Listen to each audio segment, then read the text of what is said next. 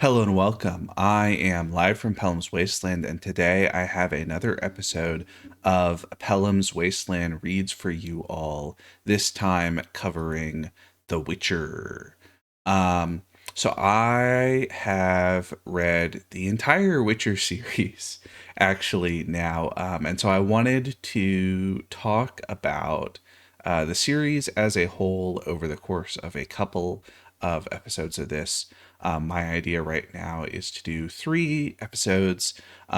This one being the first one, talking about the first 2 books in the series, and then a second episode talking about the kind of main 5 novels of the series, and then a third episode talking about the 2 prequels written after the conclusion of the series in those 5 novels.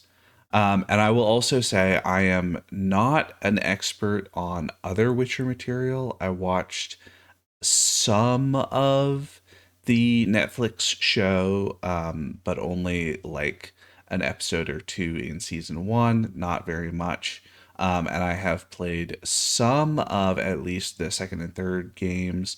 And I've watched a fair bit of material about the first and second games. I never finished, never myself finished The Witcher 2 or The Witcher 3. And I think I played, like 10 minutes of The Witcher 1 um, by the time that The Witcher 2 had come out. And so I was like, this is kind of janky and old, which is true. Although I think there's definitely some cool stuff in that one. But then I went back and watched like an edited playthrough showing off a lot of the kind of cool elements of that one, and then the same for The Witcher 2. And then obviously both all of those games, and to I would say a lesser degree the story of the books, have become such a sort of part of the kind of cultural experience for guys my age who like video games and hang out online. So there's a lot of kind of cultural osmosis essentially, in terms of The Witcher as a series. Um, which is cool, and it creates something interesting. I'll get more into it when I talk about the novels, but it's interesting the way that on the one hand there's a lot more familiarity with some of the kind of setting elements, but also a lot of the like specific details of the plot and things like that are not nearly as familiar, and especially the plot of the books has not, I would say, filtered into general consciousness in quite the same way, which is it creates kind of an interesting pairing. um, but we should talk about the books themselves. So the Witcher books, of which there are now 9 of them, were originally written in Polish by Andrzej Sapkowski, and then have been. I hope that's close to how you pronounce his first name. Um, but they have been translated into English. I think the translation started after the Witcher 2 video game came out, and there was kind of another odd quirk of the series is that there these two that I'm showing on the screen, The Last Wish and The Sword of Destiny, are the first two um, books in the series, and they are both collections of short stories. But when it was announced that they were going to be translating the series, they started with first The Last Wish, but then jumped to the first novel. And there's a fair bit of backstory for some of the characters in the novels that is contained in Sword of Destiny. And so for a while, that stuff wasn't like as familiar to Western audiences, because the publishers, I think, realized very quickly that, most people aren't reading short stories very much, and so they thought, oh, we'll just go to the novels, apparently without knowing kind of what was in some of the short story collections and why that would be important for readers and all that sort of stuff. So it's kind of an interesting quirk. In particular, Siri is one of the main characters of the novels, and there is a little bit of Siri backstory in The Last Wish and more in Sword of Destiny. And so if you say, picked up Blood of Elves and were just like, oh, I'm going to get into these novels without knowing some of that backstory, you might be in an odd kind of unfamiliarity with things. But to talk about these books in particular, The Last Wish and The Sword of Destiny are both collections of short stories. All of the short stories are not super long. I would say like 40 or 50 pages max for the long ones. Um, the Last Wish has a sort of fix up meta narrative element also. That there are these short stories, but then in between the short stories, there is the meta narrative of what's happening in kind of the present. And each of the short stories is something that has happened earlier with The Witcher. Geralt of Rivia, the titular Witcher, is badly wounded in one of his escapades, and so the frame narrative is him recuperating in the Temple of Melitele in Elander, and he is resting and recovering and meeting and chatting with friends and stuff like that. Dandelion shows up and they chat and tell stories and things like that, and then that's the frame narrative for the main the short stories that were written earlier. Sword of Destiny does not have any type of frame narrative. It's just these short stories. Um, so yeah, what even is? I realize I have talked a lot about kind of publishing history details and the history of other media, but we should talk. For anybody who doesn't know what a Witcher is, we should start talking about Witchers. So the Witcher Geralt of Rivia is a professional monster slayer, and he goes around the northern kingdoms, this part of the world that he lives in, and he has been very intensely trained and equipped to fight monsters in a way that most other beings are just not equipped to do. So he has two swords. He has got one that is made out of meteoric iron. It's a steel sword, and then he has his silver alloyed sword. Not pure silver, but it has enough silver to be particularly dangerous to monsters that are vulnerable to silver. And in addition to his two swords, he also has his collection of potions, and he has all these special Witcher elixirs that he uses to buff himself up before fights. And he has all of these other kind of bits of material that he uses. He's got silver studs in his armor, or in like armor pieces that he can put on. He's got a silver chain that he uses at one time or another. And he's got a special medallion that is sensitive to magic, and so it allows him to kind of detect illusions and things like that.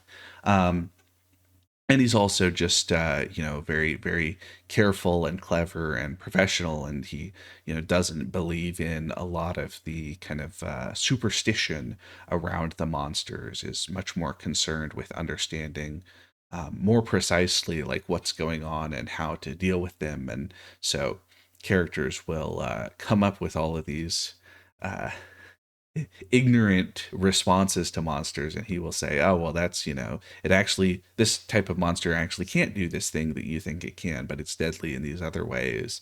And so he is long lived through his particular genetic mutations that took place in Kaer Morhen, the home of his Witcher school.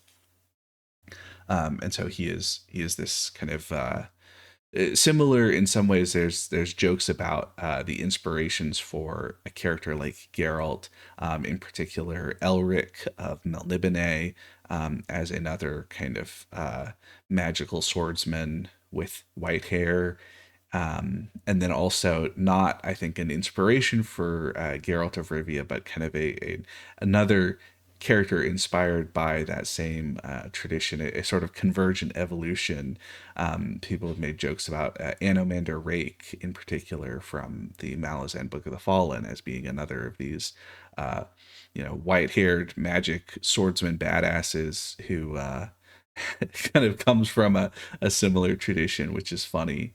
Um, anyway, Geralt, as I said, is a professional monster slayer. He goes around dealing with fairy tale and fantasy monsters for coin, but he also ends up getting into trouble in all sorts of other ways.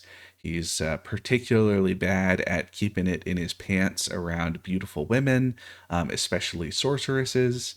But he also ends up involved in sort of more kind of political or cultural disputes. He is seen as an outsider. He's a mutant, and so people don't necessarily like him. And he's got that kind of classic, Western hero. Shows up in town and he's necessary for dealing with a problem, but the people there don't want him to stick around too long. But as a result of that and his kind of outsider status as a mutant, he ends up being friendly with dwarves and gnomes and elves and all of these other people who the kind of dominant humans on the continent are often fairly racist against. And so that's sort of another side of things. He has a sense of morality that is kind of complex, and a lot of the stories end up being about Geralt's sense of morality, his kind of struggle. He has this sort of pseudo code. He at times will tell people that he won't do something because of his code, but he will also make jokes about how his code is just something that he came up with because he felt like it was a convenient way to get out of certain jobs. But at the same time, he clearly does have like a real moral sense about the things that he does, and believes that there is some value in getting rid of some monsters, but also that there are some monsters that he doesn't think are nearly as dangerous as people are worried about, or in particular people will try to hire him to do like an assassination of a person or something like that, because they're like, oh well, he's a professional killer and there's no difference. And Garrett will say there actually is a difference to me, and I won't do that. Things like that that are kind of the stuff of a hero, a fantasy hero like Geralt of Rivia. Um, I guess I will also say these collections of stories are, I think, by many fans of the series regarded as basically the best of the whole series, in terms of books. The Last Wish and The Sword of Destiny, each a handful of short stories, and I think they are really excellent. There's a lot of great moments that are really, really fun. In particular, there's kind of a different tone to these stories. Um, the novels, as we'll sort of talk about, end up being a much kind of larger and in many ways more kind of epic fantasy story. Whereas each of these are fairly bite-sized. Often there's one kind of specific problem that Geralt is tasked with, and sometimes that is a specific problem. So, like the very first Witcher story, Geralt is responding to a call for a Witcher to deal with a curse on a Striga, and it's one of the most famous of these stories. And it's very much a straightforward. There's a monster problem, and Geralt has to deal with it. Although straightforward is probably the wrong term. It is a story that ends up feeling very much like a model for a lot of these stories, because there is a monster, but there is also a lot of other stuff going on. And in particular, it turns out that the monster is not the only kind of source of evil.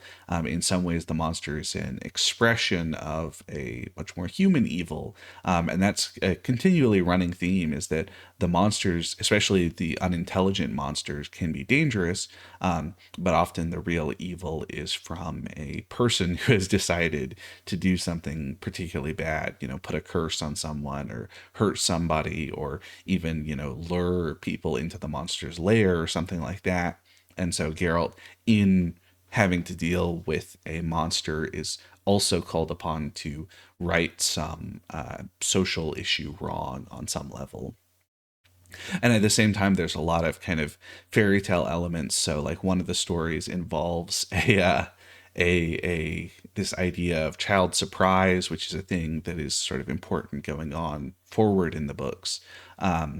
But this idea that a person who is rescued will be asked by their enigmatic rescuer to promise the thing that they possess but they do not know about. And what they possess but don't know about is that they have a child waiting for them at home. And so the child, this is a child of destiny who is part of this kind of very fairy tale compact. um, but it's done in kind of a different way in these stories that is really fun and interesting, and a lot of that also sort of ties into a lot of what kind of Geralt goes through in these stories, which is his kind of, as I mentioned, he has a sort of moral position, but he also struggles against his kind of own sense of morality. Tries not to get involved plenty of times, even when it seems like he maybe other people around him want him to get involved in something, and he resists that, or his sense of the way in which destiny is something that he is trying to not necessarily kind of wholly reject, but is uncomfortable with, and the kind of meaningful element for Geralt is not necessarily this kind of grand sense of destiny, but the relationship with a person that is related to that.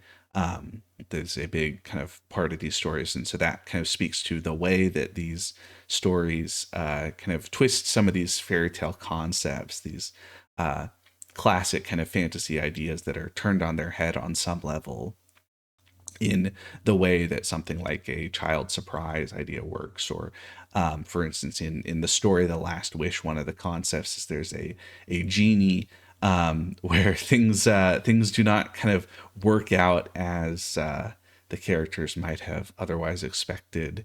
But there's other kind of interesting, there's a story that involves a a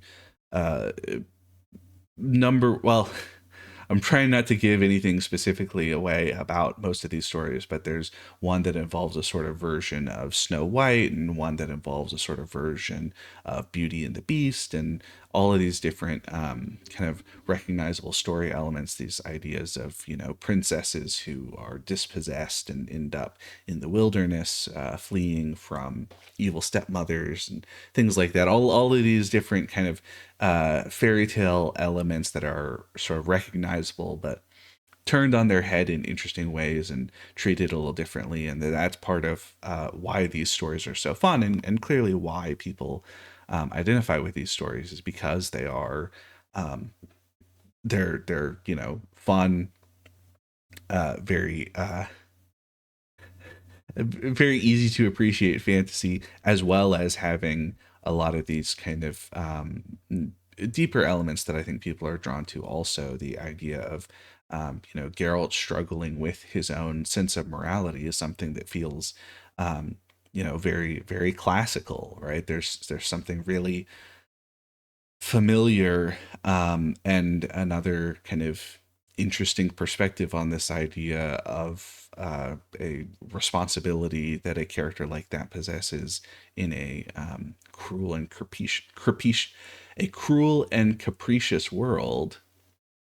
What does a um, character who is heroic but not necessarily um, heroic in a totally kind of selfless way, what how does he respond to all these things, and what does he believe is right, and all of these different things, especially when it can be very difficult to figure out what the difference between right and wrong is. Two sides who have both have blood on their hands, but which one is worse or better or something like that. And that's kind of a major element of some of the stories. Geralt struggling with uh, whether or not he should get involved, and if so, with who, and all that sort of stuff. But anyway, these stories are, like I said, the first two books of the Witcher series, all very fun stories with a lot of